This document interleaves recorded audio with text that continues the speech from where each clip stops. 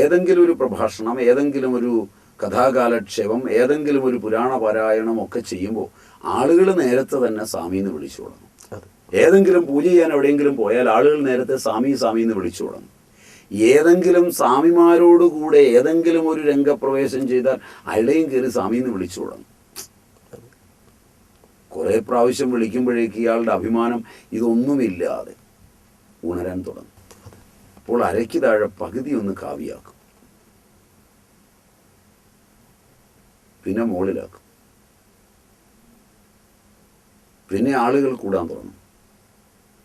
അപ്പോൾ ഏകാഗ്രത കൊണ്ടൊക്കെ ചെറിയ ചില വിഭൂതികളും ഉണ്ടായി എന്ന് വരാം. അതില്ല എന്ന് പറയുന്നത് അനുചിതമാണ്.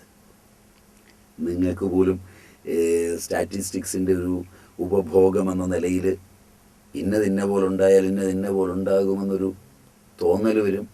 തോന്നൽ ചിലത് ഒക്കും, ഒത്താൽ നിങ്ങൾ സിദ്ധനാവും.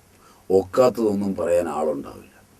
മനസ്സിലായി. നിങ്ങൾ പോയ വഴിക്ക് ഒരുത്തൻ വെള്ളത്തിന് വളരെ വിഷമിക്കുന്നു, ആ പരിസരത്തെങ്ങും വെള്ളമില്ലെങ്കിൽ ഇവിടെ ഒന്ന് കുത്തി നോക്കാമെന്ന് പറഞ്ഞു. അതിന് വലിയ ഇതൊന്നും വേണ്ട. കാരണം നിങ്ങൾ പറഞ്ഞ സ്ഥലത്തിന് അപ്പുറത്ത് നിൽക്കുന്ന തെങ്ങിൽ മറ്റേ വെള്ളം ഒഴിക്കാത്ത തെങ്ങിന് ഏപ്രിൽ മാസത്തിൽ നല്ല ഓല പച്ച പിടിച്ച് നിൽക്കുന്നു, പഴുത്ത ഓല തെങ്ങന്ന് വീഴുന്നില്ല നല്ല വേനൽക്കാലത്ത്. അതുപോലെ തന്നെ അതിൻ്റെ അപ്പുറത്ത് നിൽക്കുന്ന പ്ലാവെ നോക്കുമ്പോൾ നല്ല മിനുമിനുത്ത ഇല നിൽക്കുന്നു. കോമൺ സെൻസ് ഉള്ളതുകൊണ്ട് അടി വെള്ളമില്ലെങ്കിൽ ഇതിങ്ങനെ നിൽക്കില്ല എന്നറിയാവുന്നതുകൊണ്ട് നിങ്ങൾ പറഞ്ഞ അവിടെ കുത്തിക്കോളാം. മനസ്സിലായില്ലേ? അവൻ കുത്തി 10ാമത്തെ കോല വെള്ളവും കിട്ടി, നിങ്ങൾ സിദ്ധന് പോയി. ഇത്രയേ ഉള്ളൂ ഇതിൻ്റെ പണി. വേണമെങ്കിൽ വെള്ളസ്വാമി എന്ന് പറയും ചെയ്യും. പിന്നെ അതോടുകൂടി വെള്ളാട്ടായി. വെള്ളാട്ടം എന്ന് പറഞ്ഞാൽ അവിടെ മനസ്സിലായി. ഇങ്ങനെയാ പലപ്പോഴും സംഭവിക്കും. അങ്ങനെയാണ് സിദ്ധനുണ്ടാകുന്ന വഴി. പലപ്പോഴും എല്ലാം അങ്ങനെയാണെന്ന് പറയാൻ വയ്യ. പലപ്പോഴും ഉണ്ടാകുന്നത് ഇങ്ങനെയാണ്. എല്ലാവരും അങ്ങനെയാണെന്ന് കരുതേണ്ടതില്ല. ഉള്ളവർ പലരും അതൊരു കച്ചവടമാക്കി നടക്കുന്നുവെങ്കിൽ അത് തെറ്റാണ്. ഉണ്ടായിട്ടാണെങ്കിലും അതൊരു കച്ചവടമാക്കിയാൽ തെറ്റാണ്. കാരണം അത് ആത്യന്തികമല്ലെന്ന് പാതഞ്ജലം വ്യക്തമായി പറഞ്ഞിട്ടുണ്ട്. സിദ്ധികളൊക്കെ മലമാണെന്ന് ആചാര്യന്മാരിൽ ഒട്ടേറെ പേർ പറഞ്ഞിട്ടുണ്ട്. ശ്രീരാമകൃഷ്ണദേവൻ ഭംഗിയായി പറഞ്ഞിട്ടുണ്ട്. രാമകൃഷ്ണദേവൻ സിദ്ധിയെക്കുറിച്ച് കാളിയോട് ചോദിക്കുമ്പോൾ ഒരു തടിച്ച സ്ത്രീ ഇരുന്ന് മലം വിസർജിക്കുന്നത് കണ്ടു എന്നാണ് പറഞ്ഞ്. മലമാണടാ ഇത് എന്ന് ബോധ്യപ്പെടുത്തിയെന്നാണ് രാമകൃഷ്ണദേവൻ ഒരിക്കൽ സൂചിപ്പിച്ചിട്ടുള്ളത്. അതിനേക്കാളേറെ അദ്ദേഹം തമാശയിൽ പറഞ്ഞിട്ടുണ്ട്. ഗംഗയുടെ മുകളിലൂടെ ഒരാൾ നടന്നു എന്നിട്ട് പറഞ്ഞു, ഞാൻ ഗംഗയുടെ മുകളിലൂടെ നടന്നു 12 കൊല്ലം സാധന ചെയ്തിട്ട് 4 അണ എടുത്തു കൊടുത്തിട്ട് പറഞ്ഞു, ഇത്രയും കഷ്ടപ്പെടണ്ടായിരുന്നു, വള്ളത്തെ കയറി പോയാൽ മതിയായിരുന്നു. മനസ്സിലായി. വളരെ എളുപ്പമാണ് ഈ നൗകയിൽ കയറി അക്കരെ കിടന്നാൽ മതിയായിരുന്നു. 4 അണയുടെ പണിയാണ് നീ 12 കൊല്ലം കളഞ്ഞത്.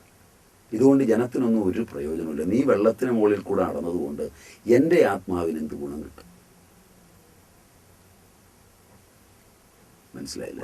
വെള്ളത്തിന് മുകളിലൂടെ നടന്നതുകൊണ്ടോ മറ്റൊരാൾ അത് കാണിച്ചതുകൊണ്ടോ അയാളുടെ ഔന്നത്യമല്ലാതെ അത് എനിക്ക് പ്രയോജനമുള്ള മേഖല എന്താ? ഞാൻ ഓടിക്കൂടേണ്ട കാര്യം എന്താ? മനസ്സിലായി സംശയം. രാവിലെ 8 മണിക്ക് ജോലിക്ക് കയറേണ്ടവൻ എല്ലാ സൂത്രപ്പണികളോടും കൂടി കയറാതിരിക്കുമ്പോൾ ഏതെങ്കിലും ഒരു സിദ്ധിയുടെ ലോകമുണ്ട് എന്നറിഞ്ഞാൽ എന്തു വില കൊടുത്തും ഭാര്യയും മക്കളും ബന്ധുജനങ്ങളുമെല്ലാം ഓഫീസിൽ നിന്ന് അവധിയെടുത്തും പണിയെടുക്കാതെയും വരെ അവിടെ പോയിരിക്കുമ്പോൾ ഇവർക്ക് രാഷ്ട്രസ്നേഹമുണ്ടെങ്കിൽ, ആ വ്യക്തികളോട് സ്നേഹമുണ്ടെങ്കിൽ, സമാജത്തോടൊരു താല്പര്യമുണ്ടെങ്കിൽ ഇവിടെ വന്നിരിക്കുകയല്ല, നിങ്ങൾ നിങ്ങളുടെ പണി പോയി എടുത്തിട്ട് വേണം കുട്ടികളെ ഇങ്ങനെ ആവാൻ എന്ന് പറയുക എന്നത് പോലും ചെയ്യുന്നില്ലെങ്കിൽ അറിവ് പരിമിതമാണെന്ന് കണക്കാക്കണ്ടേ? ഞാനും നിങ്ങളുമായി ഈ കാര്യത്തിൽ ഭേദമൊന്നുമില്ല. അതിനായിട്ട് ഓടരുത്. നിഴലിൻ്റെ വഴിയെ പൈതൽ പോകുന്ന പോലെ ഭോഗത്തിൻ്റെ പുറകെ പോകരുത്. കസ്തൂരിമാൻ അതിൻ്റെ ഉള്ളിലെ കസ്തൂരി അന്വേഷിച്ച് പറക്കുന്ന പോലെ, നീ കസ്തൂരി അന്വേഷിച്ച് ഓടുന്നത് പോലെ നീ തേടി നടക്കുന്ന വസ്തു നിന്നിലാണിരിക്കുന്നത്. ഇത് ചെറുപ്പത്തിൽ തന്നെ പഠിപ്പിക്കുന്ന ഒരു സമ്പ്രദായവും പഠിപ്പിക്കലും ഉണ്ടായിരുന്നു എങ്കിൽ